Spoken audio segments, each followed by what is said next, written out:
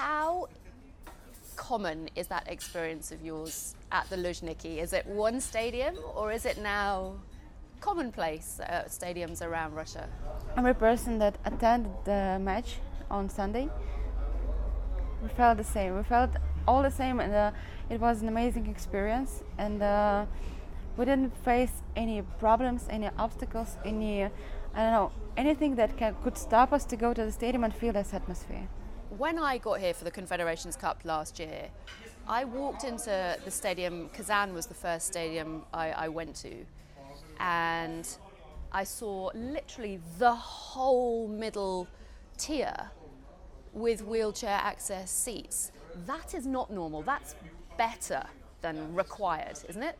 Well, I was here in 2007 for a qualifier, Russia-England, and we were at the Luzhniki Stadium, and they weren't sure how to get the disabled fans into the stadium. So the journey, the transformation is extraordinary, I have to say, and I've been the harshest critic over the years. What Russia has done here with the World Cup, with FIFA, with the LOC for disabled people will have an impact, because it does. Now disabled people see this as the norm, other fans see this as the norm, and you will watch, it will change. It has changed. I can give my personal example. This fantastic lady sitting nearby me changed my perception. While I was in Vancouver, when I went out the bus from the airport, I saw, why so many people on wheelchairs here? What's the problem of this city? And only when I came back to my own country, I understand that the issue is that our environment doesn't welcome these people.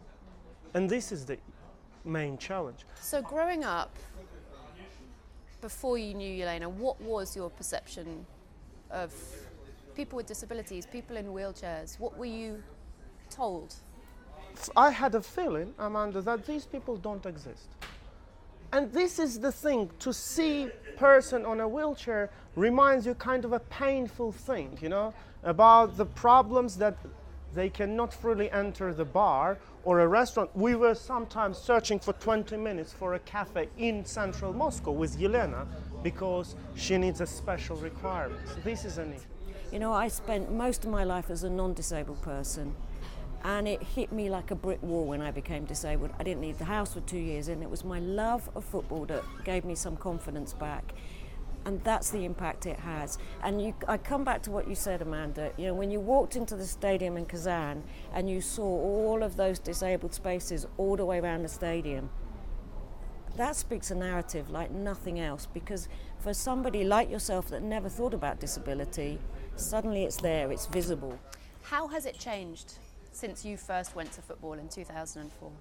It's step by step, it's changing, and it's improving right now. And after the World Cup, we'll have a legacy as well.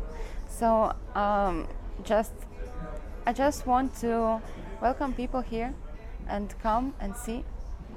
You know what is my pain?